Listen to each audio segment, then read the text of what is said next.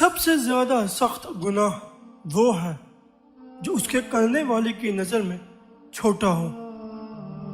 سب سے زیادہ احمق وہ ہے جو دوسروں کی صفات کو تو برا سمجھے اور خود ان پر جمع ہوا ہو۔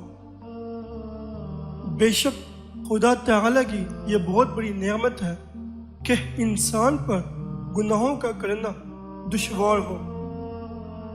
بے شک دنیا اور آخرت کی مثال ایسی ہے کہ کسی شخص کے یہاں دو بیویاں ہوں کہ جب ایک کو راضی کرتا ہے تو دوسری ناخوش ہو جاتی ہے۔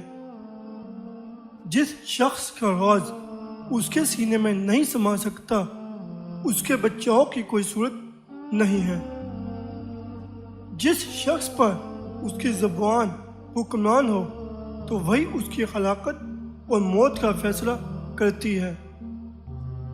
جس شخص کا عمل اس کی عقل سے زیادہ ہو جاتا ہے وہ اس کے لیے وبال ہو جاتا ہے۔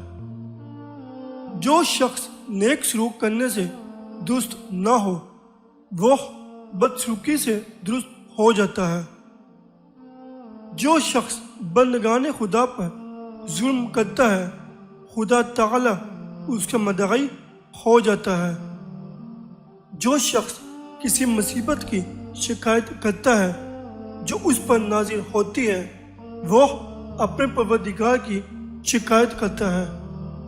جو شخص تجربوں سے بے پرواہی اختیار کرتا ہے وہ انجام کا سوچنے سے اندھا ہو جاتا ہے۔ یہ 5 باتیں بہت ہی بری ہیں۔ علماء میں بدکاری، حکموں میں حرص، دولت مندوں میں بخل، بوڑھوں میں زنا کی عادت، عورتوں میں بے شرمی۔